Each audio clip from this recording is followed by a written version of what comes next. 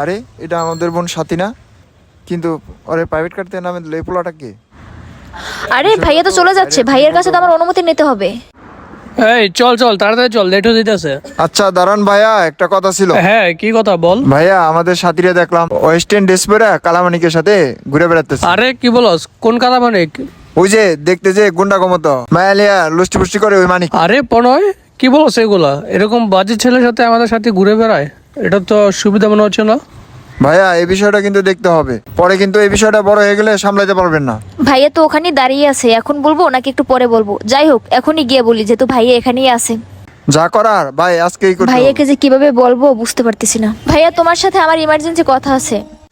ভাইয়া কালকে 31st night, আর কালকে আমার বন্ধুরা সবাই মিলে পার্টি করবে, আর আমি ওই পার্টিতে যাব। প্রণয় যা বলছে তাহলে সবই সত্যি। দেখো ভাইয়া, তুমি আমাকে না করো না, আমি সবসময় তোমার কথা শুনি। এইবার